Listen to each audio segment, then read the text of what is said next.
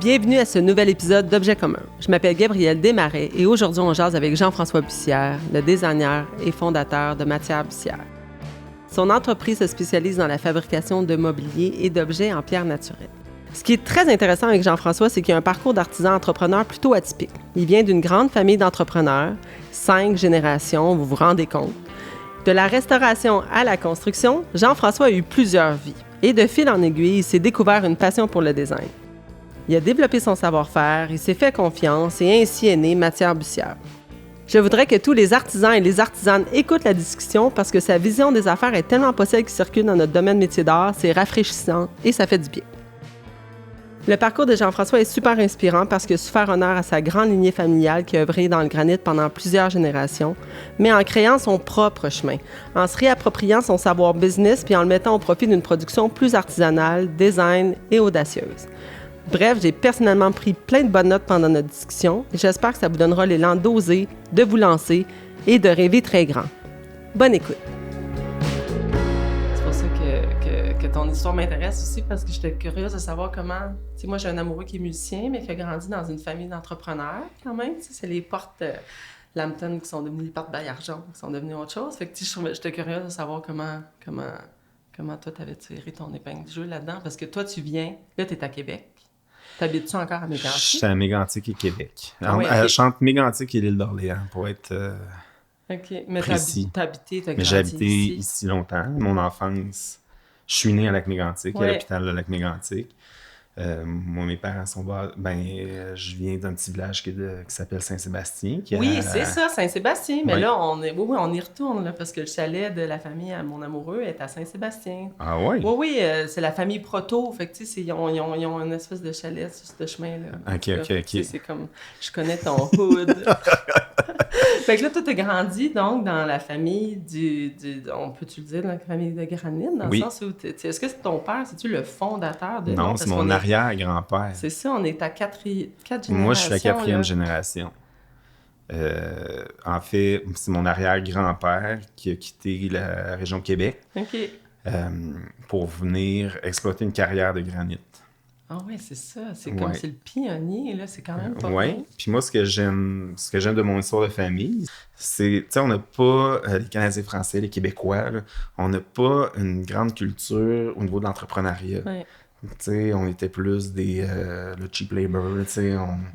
Puis à un moment donné, je pense depuis quelques années, on le voit, on le ressent, là, que l'entrepreneuriat, ça intéresse beaucoup de gens. Puis, plus que jamais. Donc, mais ça fait pas très longtemps dans l'histoire du Québec là, qu'on a des patrons québécois puis des chefs d'entreprise québécois. Il me semble dans le temps, c'était plus les Anglais, là, finalement. Donc, oui, c'est clair. Puis là, vous autres, vous êtes une famille, c'est ça qui est... Est-ce que toute ta famille, t'as des frères et sœurs ou t'as... J'ai un frère. Okay. J'ai une sœur qui est décédée là, quand j'étais tout jeune. Puis est-ce que ton frère, il travaille dans le même milieu non plus? OK, c'est ça. Fait que vous avez... Lui, il a travaillé longtemps pour l'entreprise familiale.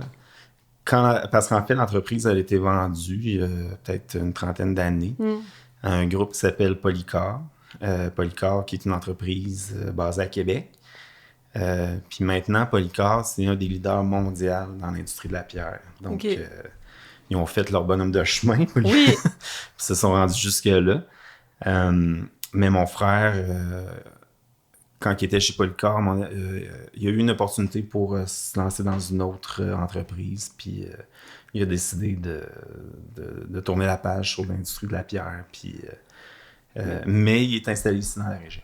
Mais fait que c'est quand même intéressant parce que là, si tu dis que c'est vendu depuis 30 ans, puis ça veut dire que t'avais une dizaine d'années quand ça s'est vendu. Début d'adolescence. OK, c'est ça, mais on dirait que moi, j'avais l'impression que t'avais grandi avec toute cette entreprise-là, ce qui était complètement naturel pour ce que tu fais aujourd'hui. Mais elle a toujours été là parce qu'en fait, mon père a continué à travailler pour Polycar pendant plusieurs années, puis même il est retourné dans l'actionnariat, donc c'était toujours présent. Même si l'entreprise familiale avait été fusionnée avec Polycar. Puis Éric a travaillé longtemps aussi là, pour Polycar. Donc, c'était encore dans la famille un sujet de discussion qui était très présent. J'imagine, moi, ça prend place. Puis clairement, ça a nourri ton côté entrepreneur, ce que tu es assurément. Oui. Puis, mais tu avais tout le temps cette espèce de côté artiste-là. Est-ce que c'était-tu écrit dans le ciel que le petit Jean-François serait un jour un artiste ou un designer? T'aurais-tu pu le caler d'avance? Quand tu étais petit? Là, oui. Okay. Mais quand j'étais plus jeune, non, je pense qu'on... Non, moi, en fait, c'est drôle là, parce que je t'écoute, là, puis je réfléchis en même temps, là, mais quand les modèles que j'avais, moi, en affaires, c'est que ça prenait quelque chose de gros, tu sais, ça prend beaucoup d'employés, ben oui, ça mais prend des c'est gros ça, chiffres c'est d'affaires. intéressant, c'est des grosses entreprises, là, tes modèles, mais moi, c'est pas là que... Ça a pris du temps avant que je réalise, là, mais tu peux avoir une toute petite entreprise puis tirer ton épingle du jeu, là. Mais tu peux bien en vivre, là. Oui, mais moi, on dirait que quand j'étais plus jeune, ben quand tu te lançais en affaires, c'était la croissance à puissance 1000. Alors que là, moi, depuis quelques années, c'est pas là que je veux garder les projets d'entreprise dans lesquels je suis. Je veux que ça reste petit. C'est petit, c'est des petits problèmes. Oui, c'est des plus petits problèmes. Mais ça t'empêche pas d'avoir des beaux gros chiffres sur la dernière ligne. Si tu gères bien tes choses, ben... Puis comment t'as fait pour être capable de bien gérer tes choses? Dans le sens où, là, t'as clairement des modèles, t'as l'entrepreneuriat dans le sang, clairement. Est-ce que t'as été à l'école là-dedans? Tu sais, qu'est-ce que t'as fait après ton secondaire? T'as-tu été étudiant en administration? Oui. Ah oui, OK, carrément. J'ai fait une technique administrative à Garneau. Avec plus option internationale, là, donc plus axé sur le commerce international. Puis par la suite, j'ai fait mon bac en admin. OK, carrément, là, OK, t'as fait mais tes c'était classes, plus axé sur le marketing, puis tu sais, j'étais pas en finance, j'étais pas en comptabilité. Le marketing, c'est plus créatif. Ouais. Mais tu sais, à ce moment-là, je ne savais pas encore qu'est-ce que je voulais faire. Ça, je me demandais. Puis l'administration, c'est comme, t'as plein d'opportunités, c'est plate, mais ça trouve toutes sortes de formes. Oui, c'est ça. Fait que là, tu ne savais pas déjà ce que tu étais pour mettre au monde, soit matière... Tu sais, est-ce que c'était à ce moment-là que c'est arrivé, Matière Bussière? Ça a été ton premier plan? Ah non, OK. Mon premier projet d'affaires, ça a été dans la restauration. Ah oui, OK. Oui. Puis c'était quoi? C'était un restaurant? À Mégantic? Non, à Québec. OK, à Québec. En fait, c'est moi puis un de mes bons amis, on a ouvert... c'est un restaurant qui s'appelait Extreme Pita. C'est une franchise. Puis on a acheté 4 franchises. À la fin, on avait 4. Toutes dans la région de Québec. Moi, en fait, c'est cet ami-là qui m'était arrivé avec ce projet-là. Moi, j'étais sur la fin de mes études. Puis je voulais me lancer en affaires. OK, mais tu savais pas dans quoi? Mais je savais pas quoi. OK. Puis c'est lui qui m'était arrivé avec ce projet-là. C'est de la restauration rapide, mais plus axée sur la bonne bouffe. Ouais. Donc, le sandwich pain pita, enrobé dans un pain pita. C'est que moi, je voyais qu'il y avait une belle opportunité. Je pense qu'on veut tous bien manger, mais bon, on est toujours pris dans le temps. Bref, tu sais, il y avait une opportunité, puis en toute sincérité, honnêtement, c'est un projet qui s'est mal terminé. Mais oui, mais c'est parfait. C'est pas vrai. Non, mais je trouve ça super que tu le dises parce que c'est pas vrai que ça se passe tout le temps bien. Fait que des fois, ça finit mal. Puis ça va... J'ai toujours été un peu naïf, là, mais c'est comme si, à cause que j'avais eu toujours des beaux modèles d'entrepreneuriat dans la famille, c'est comme si j'avais juste besoin de me lancer en affaires, puis ça allait fonctionner, ça allait... Mais t'as pas eu d'échec, tu sais, c'était tellement des gros trucs. C'est ça, tout le monde réussissait, les modèles que je voyais, le monde réussissait dans le projet d'affaires. Puis c'est comme, je comprenais pas le risque que je prenais. Même si j'ai fait mon bac quand même. Oui, c'est ça. Ils me l'ont pas appris dans mon bac. Oui, c'est bon. La gestion, le risque que tu prends quand tu te lances en affaires. Oui, puis après ça, il y a comme plein d'éléments qui peuvent jouer contre toi, tu sais, ou contre ton entreprise, puis des fois, ça foire, là. Absolument. Mais c'est ça, parce que en fait, la question que j'étais pour te demander, c'est « Oh, wow, OK, fait que c'est grâce à ça que tu as financé ton projet personnel artisanal. » Pas du tout. C'est pas de même que ça s'est passé. C'est ça, c'est pas de même que ça s'est passé. Non. OK. Fait que là, t'as cet échec-là, qui est une petite déception, j'imagine. Mais après ça, t'as pas changé d'idée. C'est un échec, mais il y a toujours deux côtés. Une médaille. Puis oui, il y a toute la perte d'argent, mais c'est tout l'apprentissage. Oui, c'est clair. Puis cet apprentissage-là, je la porte en moi encore, puis elle m'est encore très utile. Je suis content que ça me soit arrivé dans mon début, dans le début de mon parcours professionnel, et non à la fin. Oui, c'est ça. Parce qu'il y a toujours moyen de se refaire, comme on dit. Ben donc, oui. Mais ça t'a pas découragé. Puis je dis pas que t'aurais dû, je veux dire, je trouve ça beau, en fait, j'honore le fait que après cette affaire-là, tu t'es dit, OK, bon, on va repartir un autre projet. Mais moi, je pense que j'ai une belle naïveté. Ben non, mais c'est beau, c'est merveilleux. Fait que c'est merveilleux. non, je suis pas quelqu'un mais qui... c'est le sang d'entrepreneur, je pense. Tu sais, qui fait que c'est comme, tu sais, si tu te définis pas par un échec ou par une déception, c'est comme, ben ça va être ça, puis un autre projet qui va arriver. C'est merveilleux. Parce que c'est-tu là que Mathias Bussière est arrivé? Ben, en fait, quand la restauration, pour faire le parcours, vite, Ouais. mon parcours entrepreneurial, ça a commencé avec la restauration. Ouais. Moi, là, la première fois que j'ai travaillé dans un restaurant, c'est la première journée que le restaurant a ouvert. Là. Oui, OK. J'avais pas aucune expérience de restauration. Belle naïveté, c'est merveilleux!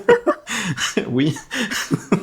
C'est parfait! Mais bon, tu sais, le concept de ce restaurant-là, on avait été le voir à Montréal, il y avait une... Bref, tu sais, je m'étais préparé, ouais. J'avais vu J'avais pas juste vu des photos, puis un concept écrit sur une page, sur une feuille de papier, là, bref. Mais bon, tu sais, ma première vraie expérience, ça a vraiment été dans mon propre restaurant.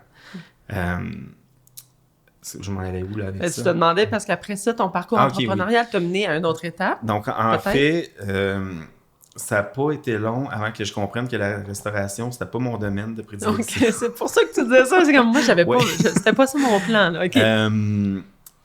Puis, en fait, Miguel, mon partenaire d'affaires, on s'est entendu que... parce que, en fait, il y a un autre projet qui s'est présenté, une autre opportunité d'affaires qui s'est présentée. C'était celui d'Atelier Bussière. OK, Atelier Bussière, parfait. En fait, j'ai laissé le contrôle du restaurant à Miguel, puis moi, je me suis réorienté dans le nouveau projet d'affaires qui était Atelier Bussière. Ouais.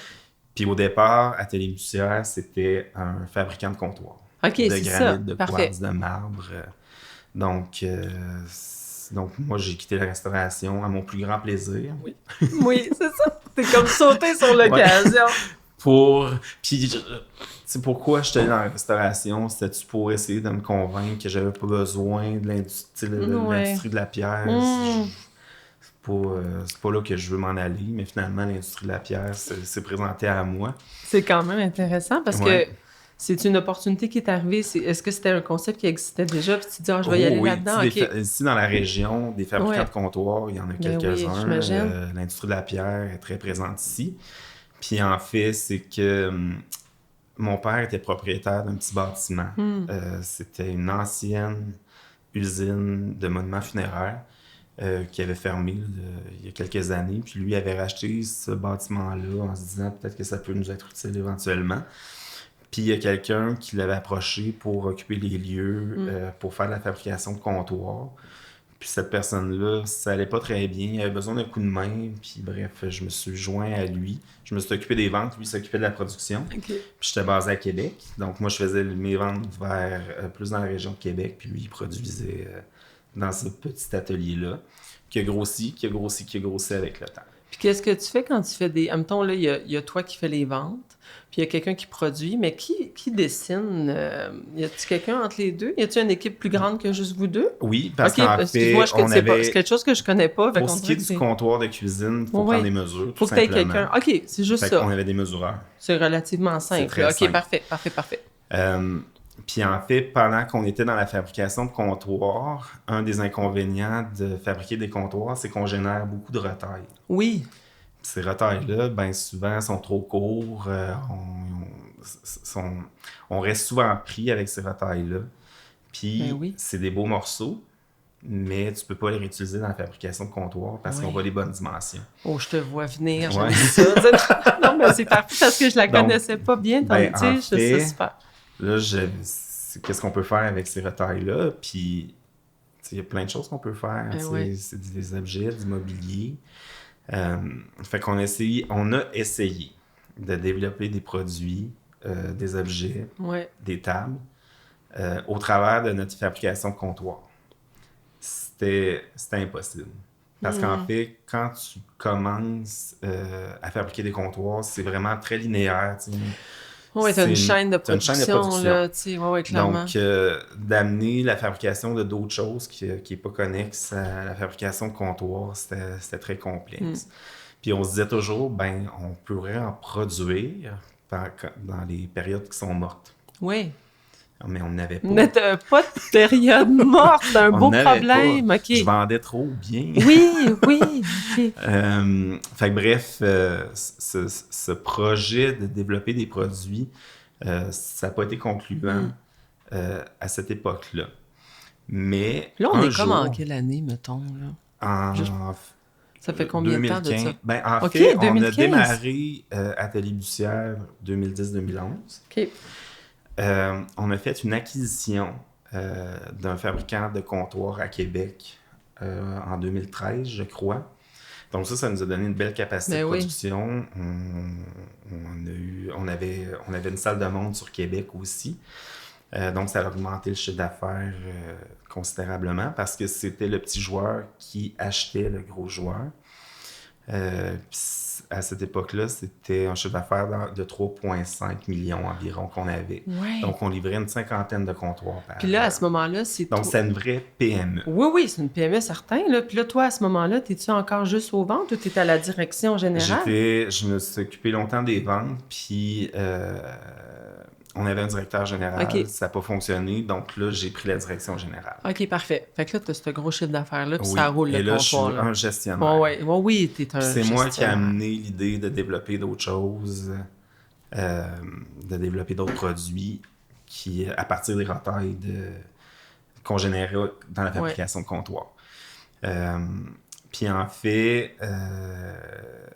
un beau jour, il y a un compétiteur de la région, un autre fabricant de comptoir, qui nous a approchés pour savoir si on était à vendre. Oh, ouais. Puis ce compétiteur-là avait besoin principalement de notre main-d'œuvre, des employés, des clients, puis du carnet de commandes. Comme besoin de tout. Parce que, non. Non? Qu'est-ce que c'est? Qu'est-ce qui reste? Il n'y avait pas besoin des machines, il n'y avait pas besoin de l'atelier. Mm-hmm. Du bâtiment. OK. En fait, ce compétiteur-là avait des projets d'expansion. Puis pour atteindre ses objectifs d'expansion, il avait besoin de main-d'œuvre. Puis à l'époque, il y avait déjà des problèmes là, au niveau de l'emploi, puis à trouver de la bonne main-d'œuvre. Fait qu'il nous a approchés, puis en nous achetant, ça éliminait un compétiteur. Fait que la transaction qu'on a faite, c'est ça, c'est de vendre la liste d'employés, la liste de clients, une partie de notre inventaire de tranches, de matériel, puis le carnet de commandes. Puis ça, c'est quand que tu l'as fait? Ça, c'est en 2015. OK, 2015, carrément. OK, parfait. Oui, 2015-2016, je me souviens plus trop juste. Puis en fait, il y avait une clause dans cette entente-là qui m'empêchait de faire du comptoir. Puis ça, c'est peut-être pas une mauvaise nouvelle. J'étais très content. Bon débarras. Mais tu sais, quand tu as le goût de faire autre chose. Du jour au lendemain, je me suis retrouvé avec un atelier. Oui. Des équipements pour travailler la pierre. J'avais plus d'employés. J'avais une trentaine d'employés. Puis là, gérer du monde, c'est un art en soi. Ouais. C'est un art que je ne maîtrise pas. Fait que j'avais plus ça. Puis est-ce que... Moi, en fait, là, cette journée-là, quand le deal, quand la transaction s'est faite, c'est comme s'il y avait vraiment, là, littéralement, une tonne de briques qui se libérait de mes épaules. C'est sûr. Ah, c'est ça. Puis je veux dire, je le sais que ce que tu dis là va résonner avec beaucoup de monde parce qu'on en a des artisans qui ont tu sais, je veux dire, on grossit, là. Puis il y en a des artisans qui commencent à avoir beaucoup de main-d'œuvre. C'est lourd quand même, la gestion de ressources humaines, la gestion... Oui. Puis, tu sais, avec le chiffre d'affaires que j'avais, donc, en fait, on était pas trop petit, pas trop gros. C'était difficile de rentabiliser les opérations parce qu'on avait une grosse structure puis on était condamnés à vendre pour essayer d'atteindre notre rentabilité. Puis moi, en gérant toute la patente, c'est moi qui s'occupais de la relation avec les clients avec lesquels on avait des problèmes. avec les fournisseurs, avec les institutions financières, avec les employés. Tu sais, ça passe, tous les problèmes passent par toi. Oh, oui. Puis on dirait que quand tu es dans le feu de l'action, tu t'en Tu rends le pas fais. trop compte. Non, c'est ça. Ah, on va les gérer un par un, mais c'est quand tu te sors de ce cercle-là que tu dis « Tabarnouche, j'en ai donc bien encaissé des coups. » Oh, ouais, ça peut être autre chose, je les ai bien gérés quand même. Mais moi, quand tout ça s'est terminé, il n'était pas question que je me réexpose à autant de pression, puis autant de pression, c'est le bon terme. Puis est-ce que, tu sais, sans entrer dans des détails, mais est-ce que tu avais une certaine indépendance financière qui faisait en sorte que... Non, mais tu sais, je sais pas, des fois, tu fais comme, hey, là, je peux vraiment me gâter puis faire juste comme de la sculpture, si je veux. Non. Tu sais, OK, tu voulais quand même... Fallait que ça y aille quand même. Fallait générer des revenus. OK. C'est sûr qu'on n'avait plus de dette. Non, c'est ça. Ou très peu. Donc, mais oui, si je voulais gagner ma vie, là, j'étais pas assis sur un paquet d'argent. Okay. Pas du tout. Ça aurait pu... Ben, tu sais, en fait, mais ta question est très bonne, des mais fois, non. Ouais, c'est ça. Parce qu'on était très endettés. En vendant, ça devait régler les dettes principalement. Ah, bravo. OK, parfait. Puis moi, je me suis retrouvé avec un bâtiment. Ben oui, c'est bon. J'avais des actifs entre les mains. Mm-hmm. Mais... Ça, c'est un bon point, puis je pense que c'est important de le dire. J'avais pas nécessairement beaucoup de liquidités. Puis moi, j'ai emprunté pour aller me chercher des liquidités. L'argent, là, dans une entreprise, c'est de l'oxygène. Oh oui, quand t'as pas d'oxygène, c'est tough, là. Fait tu sais, s'il y a quelque chose à... Moi, puis quand je repense quand j'étais au cégep puis à l'université, on ne parlait pas de cash flow. Non. Puis c'est le nerf de la guerre en affaires. Que ce soit là, une business de 3 millions là, ou un démarrage avec un petit chiffre d'affaires, ça va toujours être la même affaire. Puis, tu sais, c'est un excellent... Ton cash flow. Oui, puis c'est un excellent point que tu donnes parce que je trouve que quand on veut être artisan ou artisane dans la vie, c'est que souvent on prend nos cours pour devenir un bon manuel, un bon artisan ou une bonne artisane, puis on a des petits cours d'entrepreneuriat, mais il y a des choses dans le gamble, puis dans l'idée d'aller emprunter, puis de remettre ça, c'est pas enseigné, puis tu sais, c'est pas acquis, non, c'est pas inné, tu sais, il faut que il faut que tu sois entouré de modèles qui l'ont fait, peut-être, parce que je sais pas si quand tu es une famille d'entrepreneurs qui empruntent 200 000 pour en injecter d'autres, tu sais, comme, c'est quelque chose que tu savais déjà, toi, ou c'est parce que tu as étudié là-dedans et tu l'as appris? À mes dépens. Ça fait peur de mettre de l'argent de même, oui. tu sais. Puis, tu sais, la restauration, si je recule à ma première expérience, c'est une business de petite marge. Oui, c'est sûr, tu as de la perte, puis on en a retenu là, des chèques là, pour payer des fournisseurs. Puis je l'ai revécu aussi quand on a démarré Atelier Bussière. Mais oui. Dans le temps d'Atelier Bussière, c'était un beau problème parce qu'on était en croissance. Ça peut paraître paradoxal, là, c'est que quand tu grossis, tu as besoin de plus de liquidité. Puis mais oui. T'en manques parce que tu as des 30 jours, des escomptes, pas des escomptes, mais des termes de paiement. Oui. Fait que, mais souvent, quand ces situations-là arrivent, ta banque va t'aider. Oui, c'est ça, parce qu'elle a confiance. Puis les chiffres sont là. Mais ça n'a pas toujours été... on a souvent eu des parenthèses là, sur la dernière ligne. Oui, c'est ça, en déficit. Oui, c'est clair. Fait que là, tu as été capable d'aller chercher la liquidité pour partir le projet qui était le projet après Atelier Bussière, dans tes nouvelles installations, où là, tu as tout ce qu'il faut, mais pour partir quelque chose de nouveau. J'avais des idées. Oui. Mais là, oui, c'est ça. Puis c'est les idées auxquelles je pensais quand on fabriquait du comptoir, mais que je n'étais pas capable de développer parce que c'était trop contraignant dans notre production. Ouais. Donc, c'est là que j'ai commencé à développer toutes sortes de produits. C'était pas tout parfait. Non, puis tes inspirations viennent d'où dans ce temps-là? Tu sais, quand t'as tes idées, ça venait d'où? Non, mais c'est jamais niaiseux, c'est tout le temps bon. Les Pinterest, Instagram, oui. Ça part de là, puis tu te perds dans la masse. Non, mais tu sais, c'est vrai que c'est beaucoup visuel, puis, en fait, dans la pierre, des produits de la pierre, il n'y en a pas tant que ça, d'exemple. Oui. Fait que ça part beaucoup de ce que tu vois au niveau de l'ébénisterie, au niveau du bois. Est-ce qu'on est capable de le transposer avec la pierre? Est-ce que ça peut se faire en pierre? Donc, c'est un peu niaiseux, là, mais...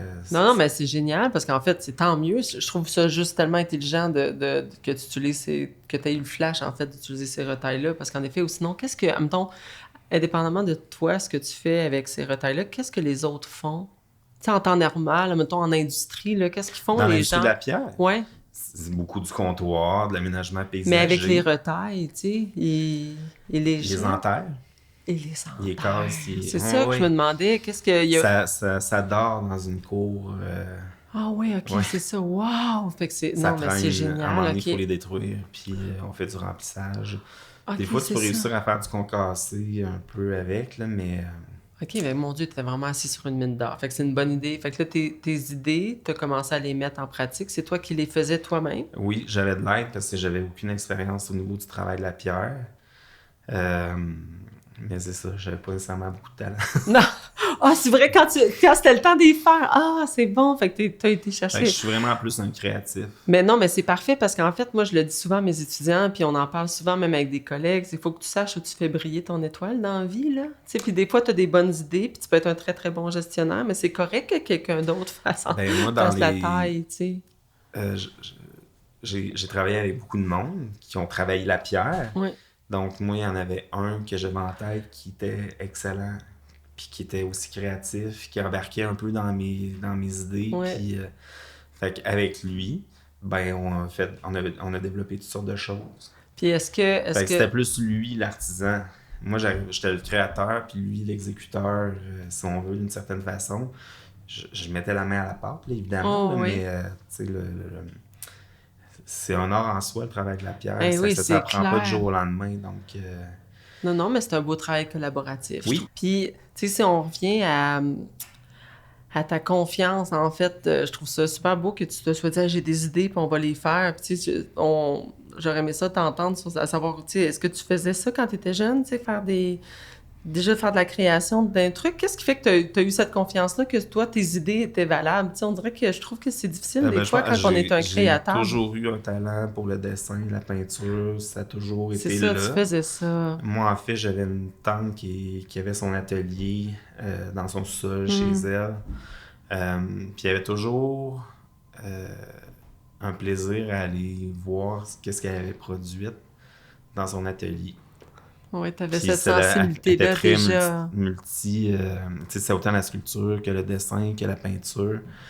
Puis je me souviens, tu sais, qu'on allait, moi puis mes deux cousines, on allait avec Jocelyne, ma tante Jocelyne, faire un petit tableau, là, puis à nous enligner, tu sais, à nous surveiller, à nous enseigner des choses. Fait que... mais non, j'ai toujours, je sais pas, je pense que c'est inné, là, comme on a deux mains, ben moi j'ai ça, là.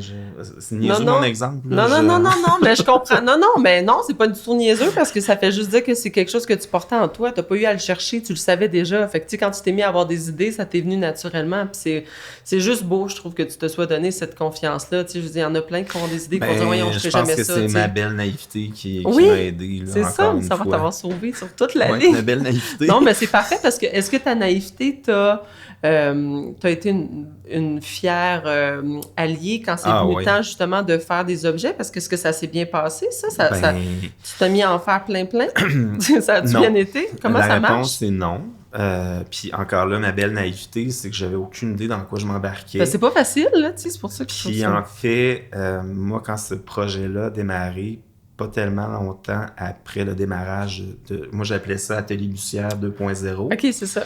Ben le quartier artisan est arrivé à Lac-Mégantic. Puis j'avais rencontré Cécile, j'avais parlé de mes projets. Cécile Branco, là, qui est la fondatrice avec Bernard, de mon projet. Puis ils m'ont un peu accompagné là-dedans, mais c'était très embryonnaire. Mais puis j'ai pu participer à Quartier Artisan avec les formations. Avec l'accélérateur. Avec l'accélérateur. Puis ça a été ultra bénéfique là, parce que ça m'a mis en contact avec des gens de ce milieu-là, du fait à la main, qui est une industrie qui est totalement différente de ce à quoi j'étais habitué. J'étais loin de la restauration puis du manufacturier. Ouais. Fait que, tu sais, c'est autant pour m'enligner sur des salons. J'ai fait plusieurs fois le CIDIM dans le temps que... Puis qu'est-ce que tu faisais, mettons, pour juste donner une image là, à ceux qui nous écoutent? C'était des petites tables, c'est plein de petits objets, il y avait des supports. Du mobilier, oui, OK. des bougeoirs, des chandeliers, des plateaux. Tout en granit puis en pierre ouais. recyclée en quelque sorte parce que ça a été des retards. Oui, c'est ça, parce qu'il m'en restait. Moi, en fait, dans la transaction que j'ai faite, je gardais tout mon inventaire de retail. Wow, OK. Ça, j'en avais rien qu'en masse. Oui. Pour faire des petits bougeoirs, tu sais, c'est ça. C'est ça, de faire des petites pièces. T'avais un terrain de jeu en masse, oui. Puis en fait, il en reste encore des tonnes et des tonnes là, de retail. J'ai jamais été capable de passer au travers de tout ça. Ben non, c'est ça, parce que là, ce projet-là a duré pendant quand même plusieurs années. Ouais. Est-ce que tu t'es mis à en faire pour plein de monde? Parce que comment ça s'est développé, en fait? Tout ce qui est objet, mobilier, c'est que tu rentres en compétition avec toutes sortes de monde. Oui. Toutes sortes d'entreprises. C'est sûr que quand j'ai commencé là, en 2015-2016, est-ce qu'on était sensibilisés à acheter au Québec? Là, ça commençait dessus. Oui, mais tu sais, ça s'est passé beaucoup. Je sais pas, peut-être que je me trompe. J'ai l'impression que ça s'est passé beaucoup avec la pandémie. Là, il y a eu une espèce de renaissance puis d'intérêt pour l'achat local. Puis les gens ont réalisé que la plupart de leurs objets venaient de la Chine ou de l'Asie ou d'ailleurs. Puis là, on n'avait plus de source d'approvisionnement. Fait que je pense que ça a quand même beaucoup bougé. Le trend. Oui, pendant un certain temps. Là, on voit un certain recul, puis tu me diras si c'est quelque chose que tu vis dans ta pratique, mais il y a comme les gens sont sensibilisés aussi à l'inflation, puis les sous. On est très sensibilisés. Oui, c'est ça. Ou on est sensible plus, oui, ça fait mal. Oui, c'est ça, exact. Fait que, tu sais, ça, il y a peut-être un petit retour, là, à ce moment-là. Tu sais, les gens sont un petit peu plus... on fait attention. Exact. Mais on n'était pas, je sais pas, peut-être 2015-2016. Moi, je vendais déjà en boutique à ce moment-là, mais je sens pas que c'était pas aussi fort, là. En fait, le point, c'est que quand j'ai commencé à faire des approches auprès de détaillants, donc des boutiques, là, eux, ils me comparaient avec ce qu'ils venaient de commander puis qui arrivait via container c'est ça. de la Chine ou de l'Indonésie ou... Donc, c'était comme comparer des pommes avec des tomates, là. Bon, puis tout le monde, c'est un vœu pieux. Oui. C'est d'acheter local, mais quand il est question de sortir son portefeuille, c'est autre chose. C'est sûr. Oui. Donc, c'était compliqué. Parce que je me faisais comparer au niveau du mobilier. Oui. Je me faisais comparer avec des produits qui étaient de l'importation. Oui, puis est-ce que c'était plus facile pour tes objets? Tu sais, tes petits objets, justement. Non, en fait, au niveau des objets, c'était vraiment du plus en salon, puis Etsy, boutique en ligne. Mais c'est pas là que je faisais... c'est pas ces ventes-là qui me permettaient de gagner ma vie, là. C'est ça, c'est le mobilier là, qui faisait en sorte. Le mobilier, puis j'ai développé un créneau qui était vraiment intéressant. C'est celui des composantes de pierre. Encore là, je pense que c'est avec Quartier Artisan, il y a des contacts qui ont été établis. Puis je me suis développé une clientèle de fabricants de meubles puis de fabricants de luminaires. Oui. Donc, je fabriquais des pièces pour des Lambert et Fils, Atelier Anaka, plusieurs boutiques. Il y en a plein, là, je ne vais pas nécessairement tous les nommer. Donc, on fabriquait des pièces pour qu'eux, par la suite, intégraient dans leur produit final. Donc ça, c'était intéressant parce que là, c'était du repeat business. Non, puis ça, c'est intéressant dans... Moi, je suis une grande... porte-étendard, je sais pas si c'est le mot qu'on dit, ou une grande fervente de la diversification de revenus, là, tu sais, comme il faut qu'on diversifie, tu sais, puis en même temps, c'est parce que je le dis beaucoup, justement, à tout le monde, mais tu sais, il faut que tu essaies d'avoir plein de sources de revenus différentes pour t'assurer un salaire. Ça, c'est parfait, c'est une super idée. On peut gambader main dans la main en chantant ces paroles-là, oui, la diversification. Oui, parce que ben non, mais c'est parfait. Mon Dieu, c'est génial. Oui, parce que... Puis moi, au départ, encore là, avec ma belle naïveté, mais oui. Je voulais juste faire de l'objet puis du mobilier, puis je voulais vraiment pousser mes propres créations de A à Z. Mais encore là, je me suis vite rendu compte que ça allait être long. Oui. Puis ça ne me tentait pas d'attendre aussi longtemps pour générer des revenus suffisants pour supporter toute mon organisation. Puis tu sais, avec un bac, mettons, en administration, vente, marketing, là, toi, es-tu comme un pro des réseaux sociaux? Parce que ça pourrait... Es-tu malade? Non, mais on dirait que des fois, je me dis, si je voulais vraiment être bonne, il faudrait que j'aille un bac en administration, vente, marketing. Puis là, finalement, je sais pas, tu sais, c'est un autre affaire, tu me diras, mais... De la vente, là, je sais pas si ça s'apprend vraiment. Je pense que encore là, c'est inné, c'est un art en soi, de la vente. Oui, c'est sûr. Parce que pour faire la promotion de tout ce que tu faisais avec Atelier Bussière 2.0, mettons, tu sais, est-ce que t'arrivais à le faire, ça, tu sais, de faire une belle promotion avec tes réseaux? Je sais pas s'il était belle. Non, mais tu le fais, c'est OK, parfait. Mais, tu sais, ça, c'est... faut aller chercher de l'aide. Puis là, tout ce qui était médias sociaux, ben, j'en ai eu, là, justement, encore là, avec Quartier Artisan. Mais moi, Instagram, j'avais aucune idée à quel point ça avait un impact. Oui. Puis surtout, quand t'es dans le beau, quand t'es dans le design, quand t'es dans la fabrication d'objets uniques, Instagram, Facebook, ça reste que c'est des beaux... c'est des belles façons qui coûtent pas cher. Des belles vitrines, oui, clairement. Puis il faut que tu nourrisses ça, mais en effet, quand tu arrives à le faire, ça bouge tout seul un peu, là. Fait que là, fait que là, finalement, tu fais de la sous-traitance, en quelque sorte, ou tu fais de la pierre pour d'autres mondes.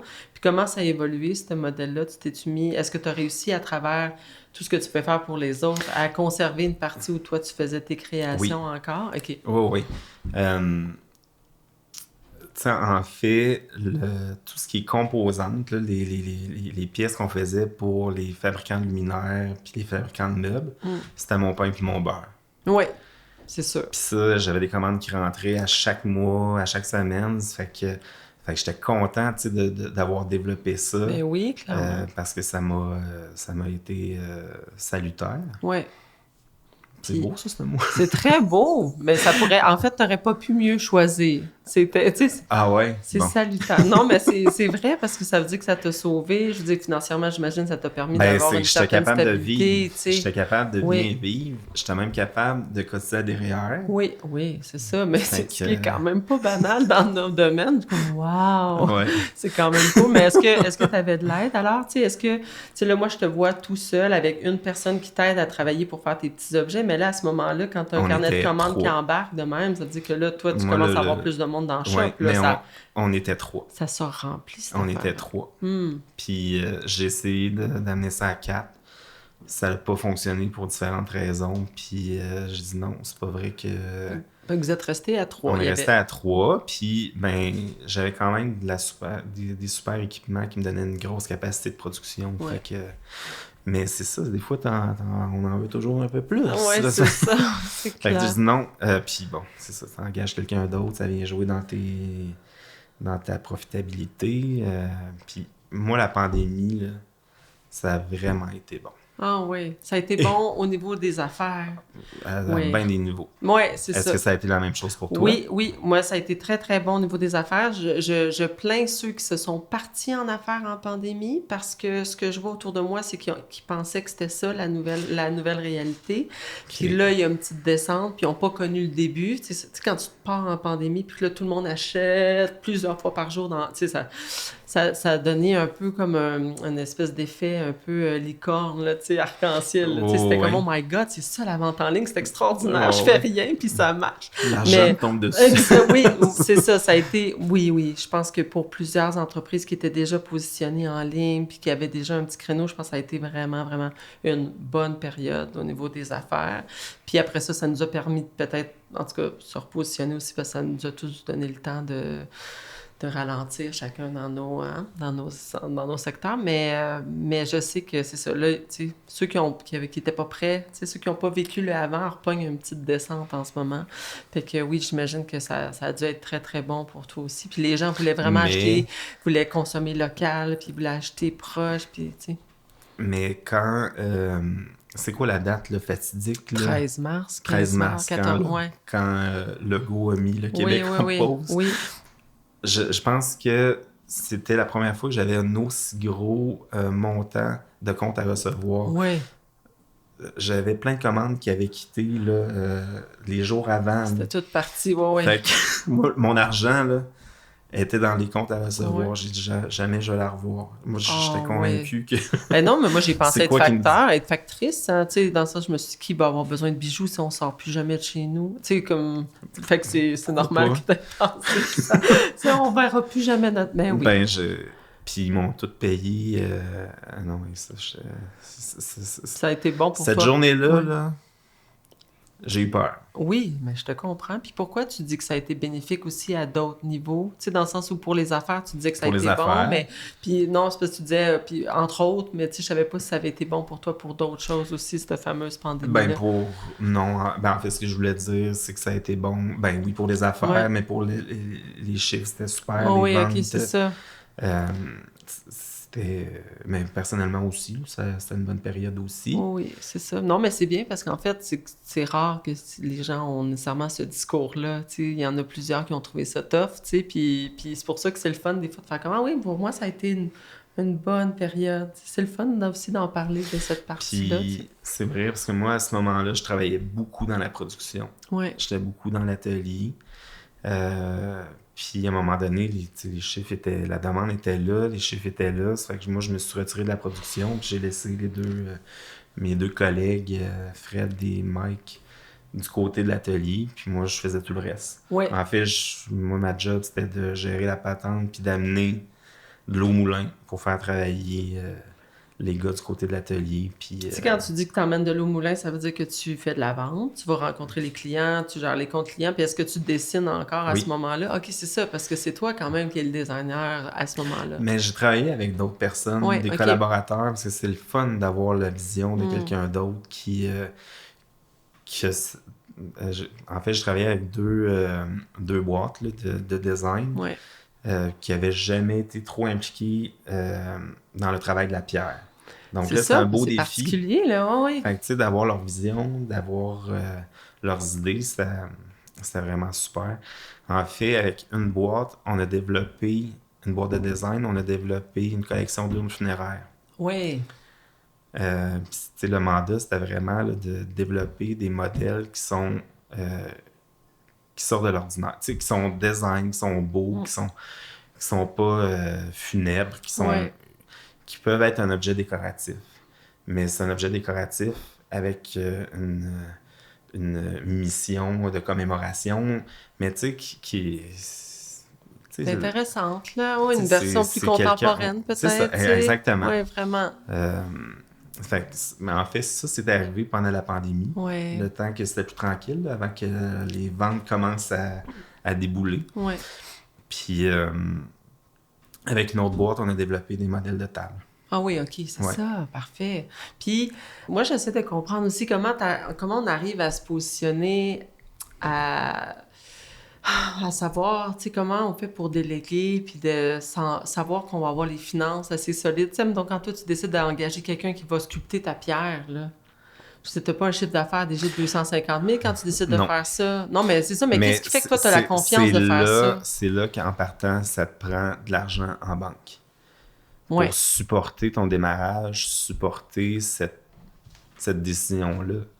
C'est ça, parce que je pense que la grande erreur qu'on fait, les artisanes, entrepreneurs, là, c'est qu'on se dit, ah, ben là, j'ai pas tant d'argent, je sais pas si je vais en générer tant que ça, fait que je vais pas l'emprunter, fait que je vais tout faire tout seul.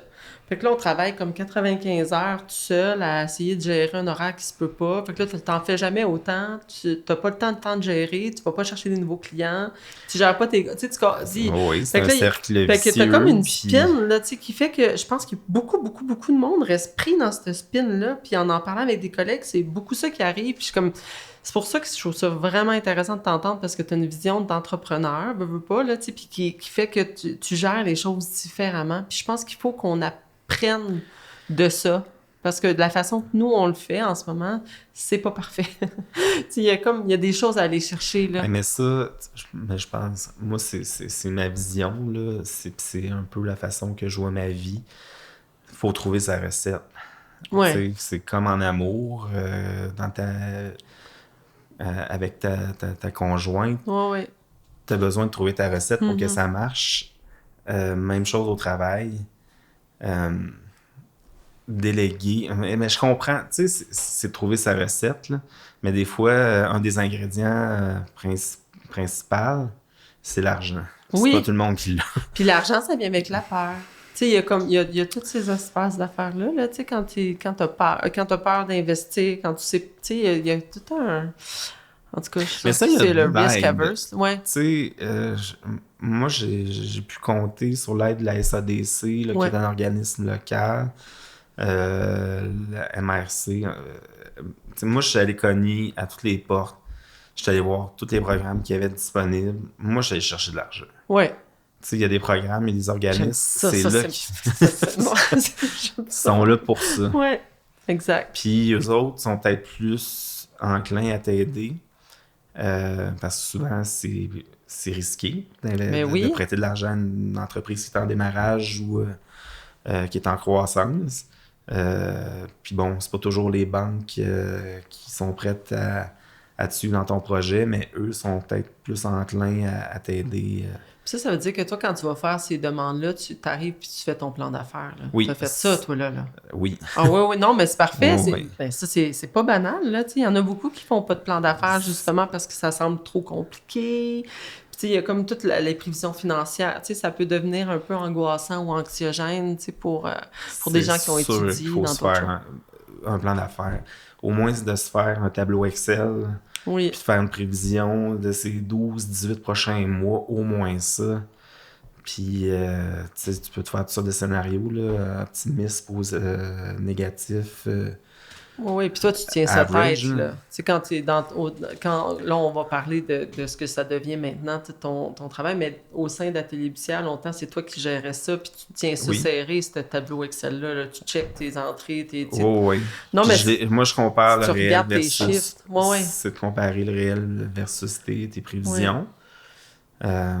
Mais bon, parce qu'après ça, si tu es toujours en dessous de tes prévisions, c'est quoi les actions qu'il faut entreprendre pour amener ça du bon bord? Ben oui, c'est clair. Mais c'est de la stratégie. Oui. Puis il y en a toutes sortes de stratégies. Hein. Comme la diversité. C'est du marketing, stratégie de marketing, de vente, développement de produits, développement des affaires. Tu sais, c'est ça. Être en affaires...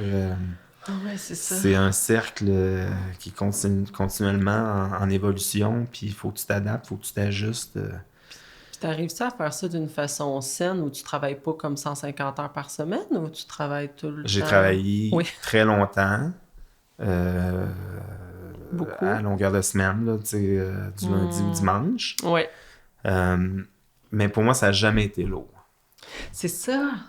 Oui, c'est ça. C'est pas obligé d'être lourd.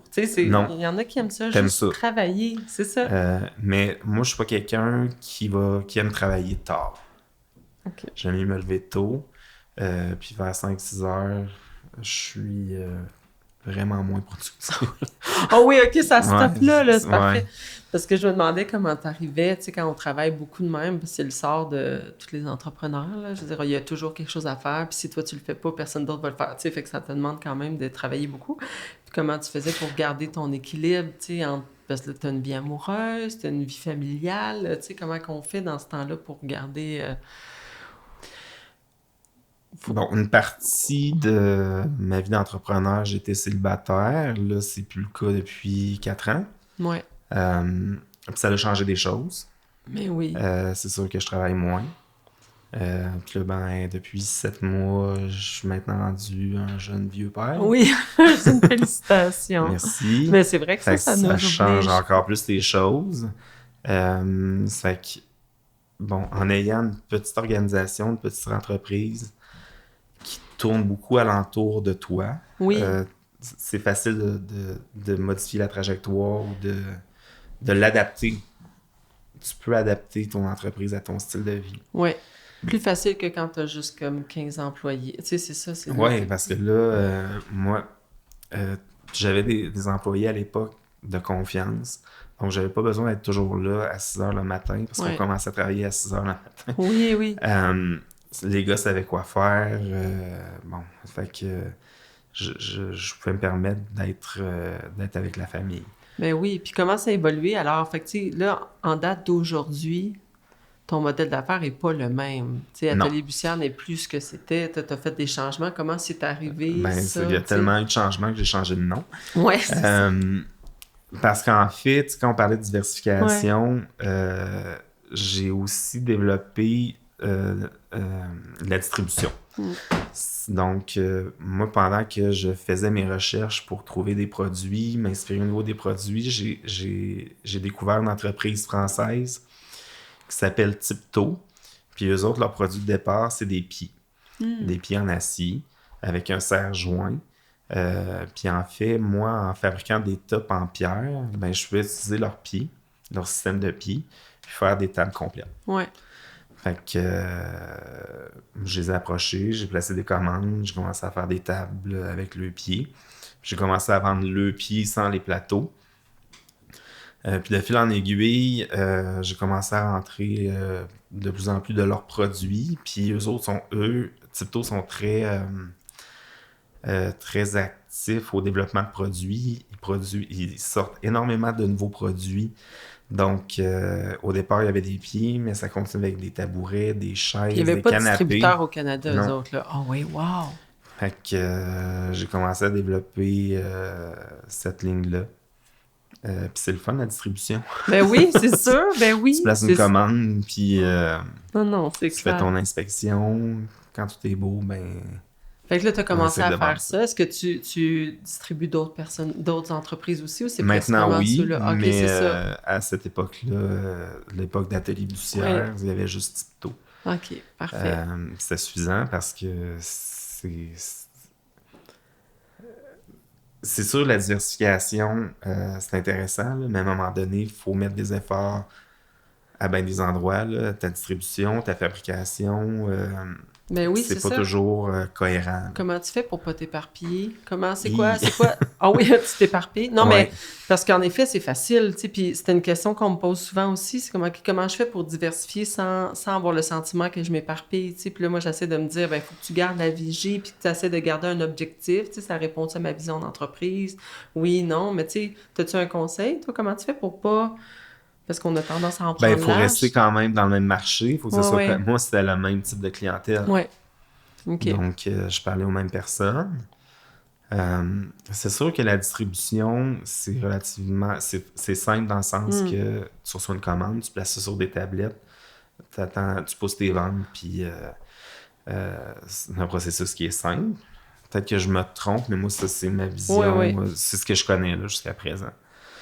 C'est beaucoup plus simple que la fabrication. Oui, c'est ça. Puis est-ce que la partie fabrication t'intéresse encore, tu sais, ou est-ce que tu veux... OK. Non. C'est comme... Non. C'était même pas négociable. Non. Non, c'est... Je suis pas quelqu'un... Moi, une machine, faut que ça marche. Oui.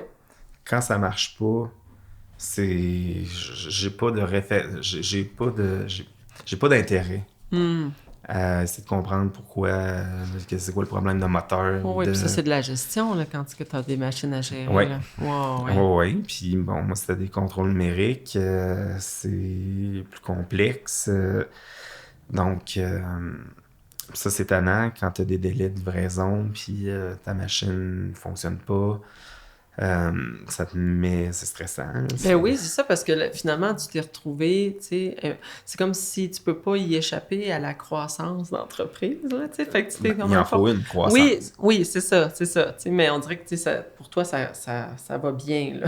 Il y a la croissance, elle est tout le temps bonne, qui fait que tu te retrouves tout le temps avec un petit gestion de stress, puis c'est la raison peut-être pour laquelle... Est-ce que c'est ça qui a fait que tu as décidé peut-être de délaisser ça puis de partir avec un nouveau nom? En fait, tu sais, il n'y a rien qui arrive pour rien dans la vie. Il y a quelqu'un qui m'est arrivé avec une proposition de racheter mon atelier il y a quelques mois. Même. Donc, en fait, lui est intéressé par l'atelier, les équipements et même les employés là, avec qui je travaillais. C'est encore les tourbinouches d'employés, mais c'est vraiment la pénurie. Non, mais c'est particulier. Puis en fait, je me suis entendu avec cette personne-là, donc j'ai vendu l'atelier. Oui. C'est vraiment le même type de transaction que j'ai fait de vente d'actifs que j'avais fait il y a 5-6 ans. Oui. Fait que tu gardais théoriquement ton nom t'appartenait encore. Je continue à garder mon nom. Mais là, la première fois, j'avais vendu une liste d'employés, un carnet de commandes, une liste de clients. Ouais. Mais j'ai encore vendu une liste d'employés, j'ai encore vendu une liste de clients. Mais là, ça incluait l'atelier avec ses équipements. Puis est-ce que ça incluait aussi tes designs? Non. Non. Ça, je garde ça. Ça, c'est à toi. OK, c'est ça. Ma partie. OK, parfait. Puis ça marchait. Ce qui fait que maintenant, là, n'ayant plus d'atelier, je ne pouvais plus appeler ça atelier Bussière. Oui. Fait que là, j'ai appelé ça matière Bussière. OK. Donc, c'est pour ça. Oui, c'est de là que ça vient. C'est beaucoup plus générique, ça englobe beaucoup plus de choses. Il y a moyen de le faire évoluer longtemps avec ce nouveau nom-là. Puis là, c'est vraiment plus axé sur la distribution de produits et la création. Sauf que c'est un peu plus un modèle d'affaires de la partie création là, qui me fait penser à justement Lambert et Fils, où on développe des luminaires, mais on fait affaire avec toutes sortes de fournisseurs. Puis on rassemble tout ça en atelier, puis on fait l'assemblage. Donc, moi, c'est plus vers cette logique-là que je voudrais aller au niveau de la création de produits. De travailler avec des fournisseurs, incluant la personne à qui j'ai vendu. Ben oui, c'est ça, c'est cool. Donc, moi, mes anciens collègues de travail vont continuer à travailler sur mes produits, sauf que j'ai plus de problèmes de gestion, d'équipement. Oui, c'est ça. C'est vraiment moins lourd, fait que c'est intéressant. Puis, avec ma nouvelle situation familiale, c'est beaucoup plus léger. Je n'ai plus d'employés. Oui. Donc, puis moi, on partage notre temps entre la région ici de Lac-Mégantic et la région de Québec. Donc, c'est beaucoup plus simple comme ça. Donc, c'est plus simple pour la vie de famille, c'est plus simple pour le projet d'affaires. Non, mais c'est merveilleux, en fait, aussi d'être capable de monter un projet artisanal qui prend assez d'importance, ou du moins qui a un chiffre d'affaires assez intéressant qui fait que tu peux le vendre, tu sais. C'est quand même cool. Tu sais, on n'en parle pas souvent entre artisans parce que c'est pas quelque chose qu'on se voit, là, tu sais, de prendre un jour une retraite, ou même, tu sais, je peux même pas m'imaginer, moi, faire autre chose que des bijoux dans la vie, mais je me dis peut-être que ça serait quand même pas plate qu'elle soit, tu sais, que plus tard, je sois capable de vendre. Mais est-ce que tu souhaites prendre ta retraite? Non. Moi non plus. Non, c'est ça. Je pense que maintenant, moi, j'ai mon projet d'affaires, je veux qu'il soit très flexible puis que je sois capable de l'adapter à ce que j'ai envie aussi. C'est sûr qu'à la fin, il faut toujours que ce soit rentable. Oui, c'est ça. Je suis pas dans un monde de licorne et d'arc-en-ciel.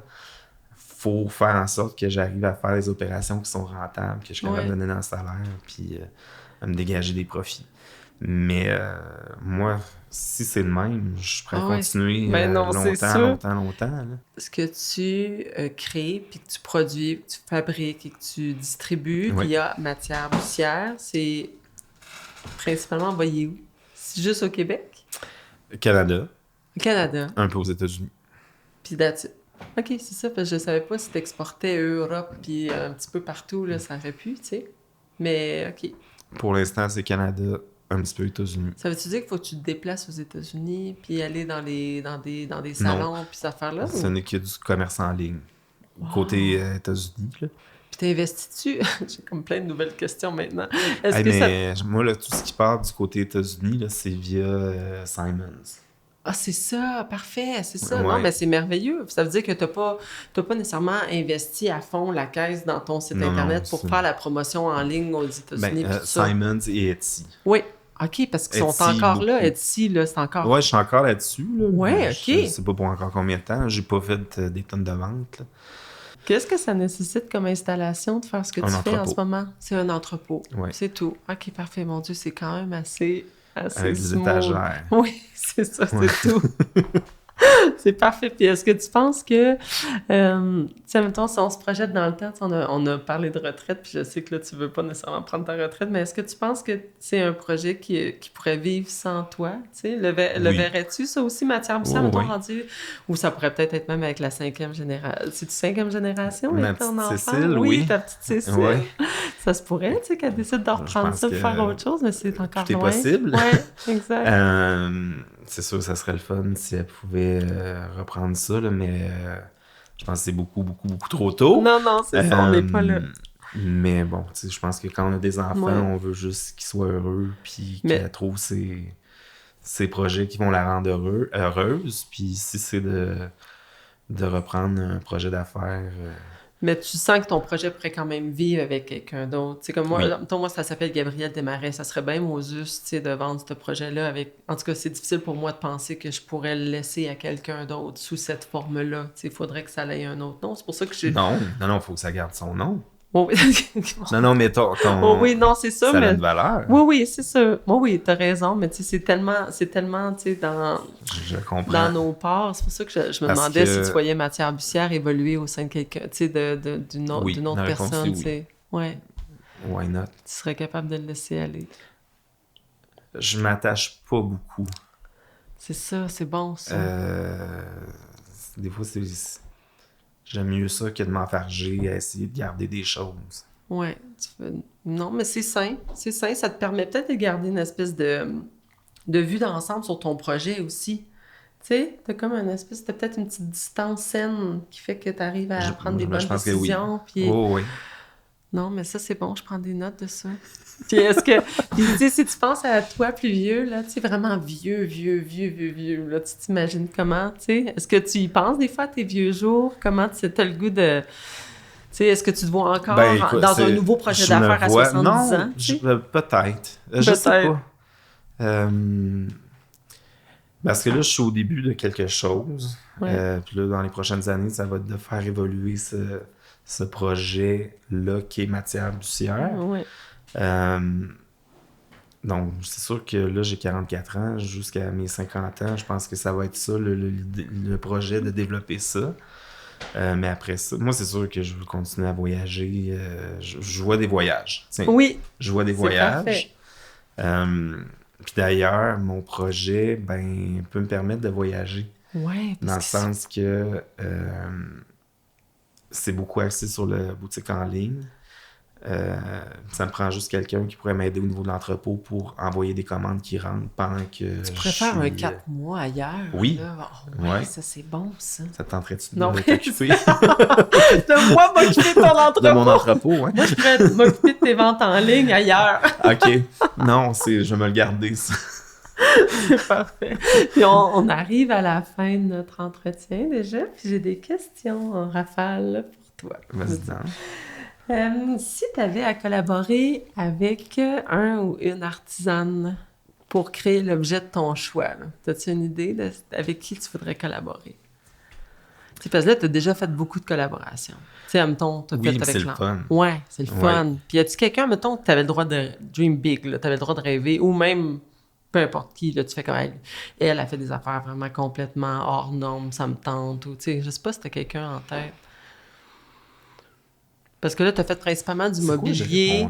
Tantôt, tu as parlé de... Non, Lambert, c'était pour un... On le coupera, cette partie-là, mais Lambert, c'était pour t'inspiration, mais je savais pas s'il y avait un artiste avec qui tu avais le goût de collaborer. Ça se peut que non. Non, c'est quoi ma réponse? Ah, j'avais pas répondu à ça. C'est à la deuxième que j'avais répondu. On peut juste répondre à la prochaine. On peut répondre à l'autre. Mais je peux répondre quelque chose. Non, mais c'est... Mais à un artisan ou un artiste... Ou ça peut être un artiste visuel. N'importe qui, mettons que tu avais le droit de faire ce que tu voulais. Mettons, Faut-il qu'il soit vivant? Ou... Non, n'importe quoi. Tu as le droit d'inventer quelque chose que tu te serais vu, toi, créer avec cette personne-là, puis faire de quoi, tu sais, avec ta pratique, me semble, t'as fait hey, ça, j'aurais trouvé ça trippant de faire ça avec lui. Hey, là, je vais... Tu sais, il y a Giacometti, qui est un sculpteur très, très célèbre, qui a fait aussi du mobilier. Ouais. Je sais pas si ça dit quelque chose. Là, non, mais c'est vraiment des tables à café. C'était des bases de table là, en bronze. OK. On le connaît là, pour ses sculptures là, très linéaires de forme humaine. Ouais. Là où je veux en venir, là, c'est que Giacometti, il y a ces tables qui se vendent des millions de dollars, d'ailleurs. Oh, oui. Mais ça serait de faire un peu les mêmes bases de table, mais avec Riopelle. Wow, avec des plateaux en pierre. Je sais pas si ça pourrait être intéressant visuellement, mais je pense que je serais optimiste que ça pourrait faire quelque chose de bien. C'est ça qui t'aurait tenté. Ah, oui, c'est Riopelle. ça. Ben oui. C'est notre plus grand... artiste en art visuel. Fait que, oui, c'est vrai. Pourquoi pas essayer de faire quelque chose. Ça aurait pu donner quelque chose. Mais il y a son... il a fait beaucoup de sculptures de bronze. Oui. Un peu comme Giacometti. Mais là, Riopelle. Moi, j'aime bien Annie Legault. Là, oui, est-ce que tu la connais? Amulette. Amulette. Oui. Quand j'ai fait Quartier Artisan, là, l'accélérateur, elle était là. Puis moi, puis on a développé une table, moi et elle. Okay. Mais bon, le timing n'était pas bon. Enfin, on l'a mal poussé, on l'a mal créé. Ça n'a pas fonctionné. Ça a fait peut-être. Bon. Exact. Mais moi, j'aimerais ça créer quelque chose avec elle, puis de mélanger la pierre avec le textile. Il y a quelque chose qui est comme... On est à l'opposé, mais je suis convaincu qu'il y a quelque chose de oui, le contraste des textures est intéressant. Ouais. Il y aurait quelque chose à développer, moi, puis elle. On se connaît. Qui sait? Non, mais c'est une bonne idée, c'est lancé dans l'air. Puis, est-ce que tu as une toune que tu aimes plus que les autres? Une toune d'atelier ou une toune de bureau? Là? Je sais pas exactement dans quelles circonstances physiques tu travailles ou quand il faut que tu ailles chercher des trucs à l'entrepôt. Tu sais, je sais pas si tu as une chanson. Moi, là, je travaille dans le silence. Oh! Oui. Dans le silence, tout le temps. Des fois, je vais peut-être écouter un peu la radio. Mais j'écoute très peu de musique. Non, c'est parfait. Puis ça, tu sais, mettons, pour toi qui penses à 3 millions de projets, si j'écoutais de la musique, ça va être un peu plus de la musique classique. OK, quelque chose de calme, là. OK, c'est bon. Non, mais ça donne une idée quand même de ton environnement. Je trouve ça le fun. Puis, si tu avais un conseil, mettons, à donner à d'autres artisans, tu sais, justement, toi, avec ton point de vue, mais là, tantôt, tu l'as dit, tu sais, la question des liquidités, mais je me demandais si tu avais un conseil à donner à des artisans ou des artisanes, justement, qui veulent se lancer en affaires, puis qui n'ont pas nécessairement le bagage que toi, tu as. Tu sais, que le bagage familial, mais même au niveau des études puis tout ça, là, mais tu sais, quelqu'un qui voulait se partir, si t'avais, à part l'idée des liquidités qui sont ben oui, c'est sûr que si vous voulez vous partir en affaires, faut que vous ayez de l'argent quelque part pour mettre du gaz dans la tête, là, ben oui, c'est clair. Autre chose, je pense qu'il faut être bien entouré, de ne pas avoir peur d'aller chercher la vie des gens, de se faire challenger, de se faire remettre en question, d'avoir un mentor. C'est vrai, d'avoir un mentor, ça, c'est bien. Moi, j'en ai eu. T'en as-tu encore un? Non. Mais tu l'as eu longtemps? Oui. Ah oui, OK, super. Oui, ça m'a été bien bénéfique, ne serait-ce que juste de parler, d'évacuer des choses avec un mentor. Mais oui, d'aller chercher, de communiquer son projet, d'en parler, d'aller demander l'avis des autres. Parce que des fois, on pense qu'on a la meilleure idée, là, mais pas si bonne que ça. Quand tu y mets un peu de perspective, là, ou que tu... Mais je trouve que souvent, c'est ça qui nous manque, en fait, la perspective. Tu sais, on est tellement dedans qu'on manque peut-être de grandes visions. Là, tu sais. Fait que je trouve que toi, tu as l'air d'avoir ça. Fait que c'est bien. Non, mais c'est que sans le dire, je trouve que tu as quand même donné beaucoup de conseils. Tu sais, on regarde nos chiffres, on se fait un plan d'affaires, on engage du monde, on n'a pas peur, tu sais, d'avoir besoin de liquidité, puis d'aller chercher de l'aide pour aller chercher cette liquidité-là. Fait que, tu sais, on dirait que tout ce que tu as dit, c'était juste comme plein de bons conseils. Des doutes, là, on va toujours en avoir, là. Tu sais, il y a bien des inconvénients à vieillir. Mais il y a un avantage, là, c'est qu'il y a une sagesse puis il y a de l'expérience qui s'accumule. Puis la petite voix intérieure, là, faussifie. Oui. Elle nous parle, puis tu sais, des fois, ça vaut la peine de l'écouter. Oui. Puis moi, je l'ai pas assez... Ça a pris du temps avant que je l'écoute. Okay. Puis quand j'ai commencé à l'écouter, ça a bien été. Ah ouais, c'est ça. Ça a été un bon allié. Oui. Ouais. Oui, parce que tu le sais au fond de toi-même, là, si tu prends une bonne décision.